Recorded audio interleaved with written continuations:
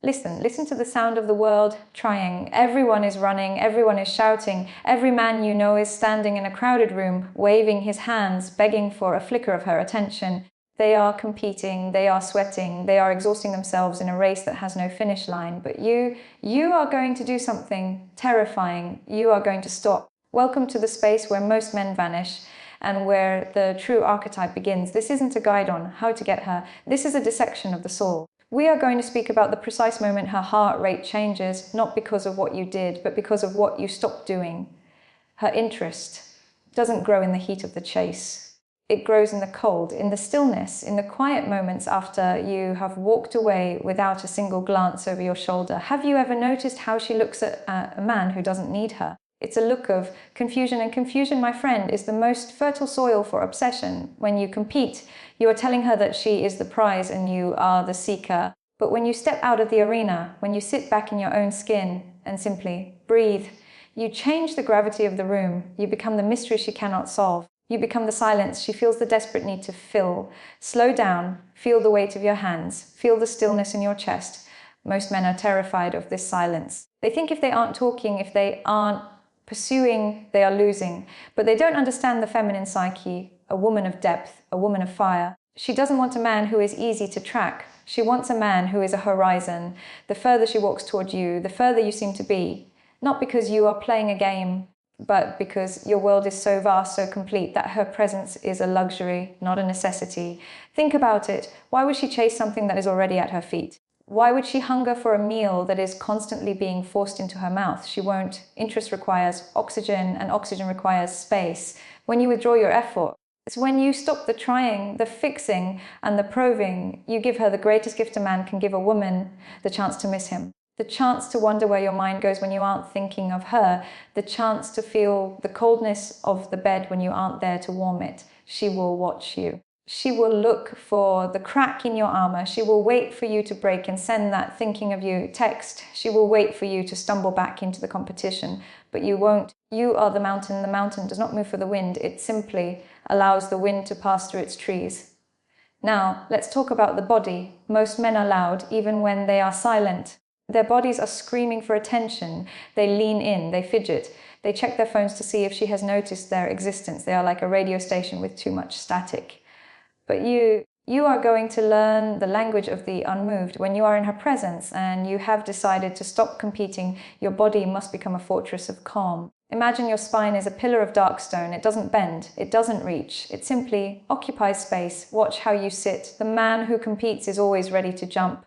He sits on the edge of his seat, leaning toward her, his energy leaking out like water from a cracked jar. He is selling himself, but you lean back. You take up space. You let your shoulders drop.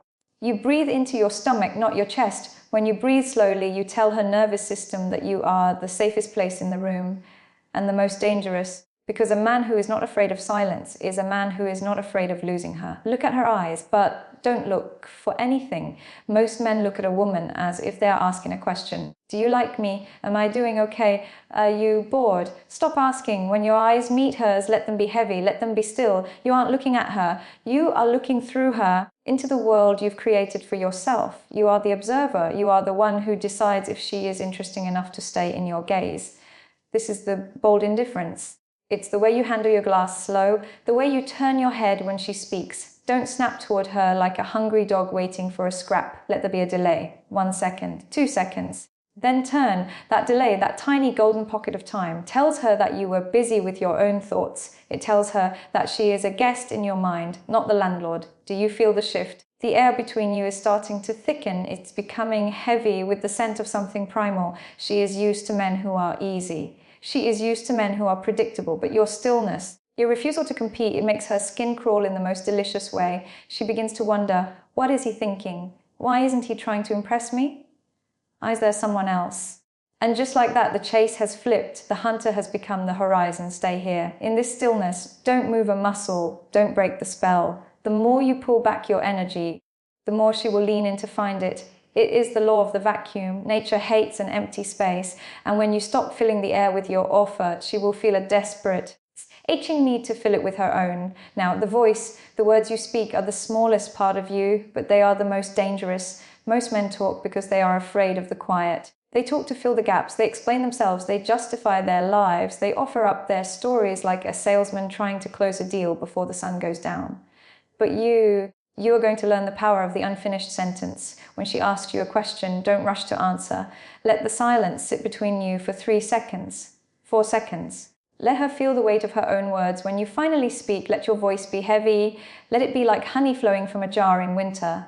Slow, thick, irresistible. If she asks you about your day, don't give her a map. Give her a feeling. Don't say, I went to work and then I went to the gym. Say, it was intense. And then stop. Watch her face. She is waiting for the rest. She is leaning in, her eyes searching yours for the details, for the why, for the how. But you aren't going to give them to her. Not yet. By refusing to over-explain, you are telling her that your life is a private garden. She hasn't earned the key yet, and nothing makes a woman want to enter a room more than a locked door. This is the verbal shadow. It's the art of being a mystery in a world that tells everything. When she compliments you, don't say thank you with the excitement of a child. Just look at her. Let a small, knowing smile touch one corner of your mouth and say, I know it's bold, it's arrogant, it's intoxicating because it proves that you don't need her validation to know your own worth. You aren't competing for her approval, you already have your own. When a man stops trying to be charming, he becomes truly magnetic. Charm is a performance, magnetism is a state of being. Listen to the rhythm of your own heart. If she tries to pull you into a debate, if she tries to test your boundaries, don't argue. A king does not argue with a storm, he simply waits for it to pass. Just look at her with that calm, heavy gaze and say, you're very cute when you're trying to provoke me. See what happens to her breathing. See how she loses her place. She was expecting a fight. She was expecting you to compete for the win instead. You treated her like a beautiful, chaotic child. You stayed in your power, you stayed on your throne. And now, she is the one who has to find her way back to you. Now we arrive at the most potent weapon in your arsenal, the exit. Most men are terrified of leaving. They stay too long. They linger in the doorway. They stretch the conversation until it becomes thin and transparent. They stay until the mystery has bled out of the room. They are afraid that if they leave, she will forget them. But you know better. You know that a woman's obsession is built in the hours after you are gone. It is built in the silence of her car on the drive home. It is built when she lays in the dark, staring at the ceiling, wondering where you went and why you didn't stay. To stop competing for her interest, you must be willing to walk away while the fire is still burning. Think about the tension we've built, the stillness of your body, the weight of your words. The air is heavy. She is leaning in. She is finally starting to chase the shadow you've cast. And that is exactly when you leave. Don't wait for the conversation to die. Don't wait for her to look at her watch. Don't wait for a natural ending. Interrupt the peak. Look at her. Truly look at her. Let your gaze linger on her lips, then her eyes for 3 long seconds. 1, 2, 3, and then stand up. Don't explain. Don't say you have an early meeting. Don't apologize for having to run. A man who apologizes for his time is a man who is still competing for her permission. Just say, I've enjoyed this, but I have things to attend to. Watch her eyes. You will see a flash of panic, a tiny, beautiful flicker of wait, not yet. She will try to pull you back. She will ask a question. She will offer a compliment. She will try to restart the engine of the competition. Don't bite the hook. Smile that small, knowing smile again. Touch her shoulder just for a second, long enough for her to feel the heat of your hand through her clothes. And then walk. Do not look back. Do not check your phone for the next 3 hours. By leaving at the high point, you have frozen that image of yourself in her mind. You have left her with a hunger that she cannot satisfy. You have stopped competing, and in doing so, you have become the only thing she wants to win. She is now in the void, and in the void, you are the only light, the phone. It is the leash most men wear around their necks. Every vibration, every ping, they react, they twitch. They feel the desperate itch to respond, to prove they are available, to show they are interested. They believe that speed is a sign of strength. They are wrong. Speed is the sound of a man who has nothing else to do. When you transition into the digital realm, your goal is to remain a ghost, a silhouette. Not because you are playing games, but because your focus is elsewhere. You are building, you are dreaming, you are living. When her name flashes on that screen, do not touch it. Let the notification sit there. Let it grow old. Most men respond in minutes. The competitor responds in seconds. You respond when the sun has changed its position in the sky. By allowing hours or even a day to pass, you are rearranging the architecture of her mind. She is used to being the priority. She is used to being the sun that every planet orbits. but with you. She realizes she is a star in a much larger galaxy. She begins to check her own phone. She wonders if her message was received. She wonders if she said something wrong. She wonders, what could be more important than me? And that unknown something is what she falls in love with. When you finally do reply, keep it short, no emojis, no long explanations of why you were busy, no questions about her day. A man who doesn't compete for interest doesn't need to entertain. If she sends a long, emotional paragraph, give her a sentence. If she asks where you've been, give her a mystery. I was occupied. It was a good day. Do you feel the power in that brevity? You are giving her the threads, but you are making her weave the cloth. You are forcing her imagination to do the work that your tongue used to do. The digital ghost is not mean. He is not cold. He is simply substantial. He is a man of weight who cannot be moved by a simple vibration in his pocket. When she realizes she cannot command your attention with a thumb tap, she will start to value every single syllable you give her. A drop of water is nothing in the ocean, but in the desert, a drop of water is everything. Be the desert. Eventually, the distance has done its work. The silence has settled in her bones. She has spent the days wondering, the hours imagining, and the minutes waiting. The vacuum you created is now pulling her toward you with a force she cannot resist. She reaches out again. Or perhaps you decide the time is right to reappear. But you do not return as a man who is back. You return as a man who has never left his own center. This is the selective return. When you see her again, or when you finally pick up the phone to hear her voice, do not be overeager. Do not apologize for the gap. If you apologize, you are admitting that you were wrong to have a life outside of her. And a man who is wrong is a man who is competing for forgiveness. Instead, bring the intensity of 1,000 suns, but keep it under a layer of ice. When your eyes meet hers for the first time after the silence, don't say a word. Just look at her until she has to look away. Let her feel the hit of your presence. She needs to understand that your absence wasn't because you didn't want her. It was because you don't need her. There is a world of difference between those two things. One is a rejection. The other is a display of absolute power. When you speak, let your voice be deeper than before.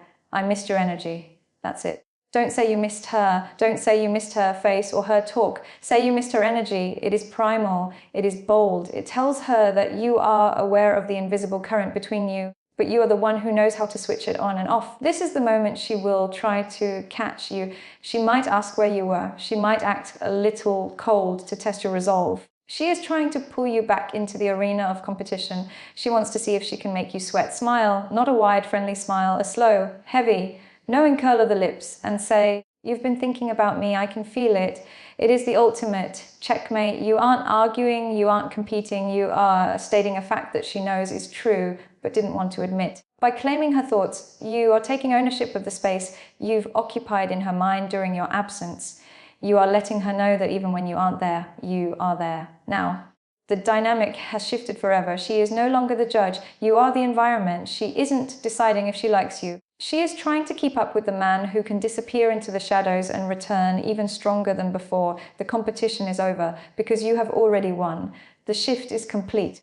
The air in the room has changed. It is no longer thin and anxious. It is thick with the scent of surrender. She is no longer looking for a way out. She is looking for a way in. This is the primal lead.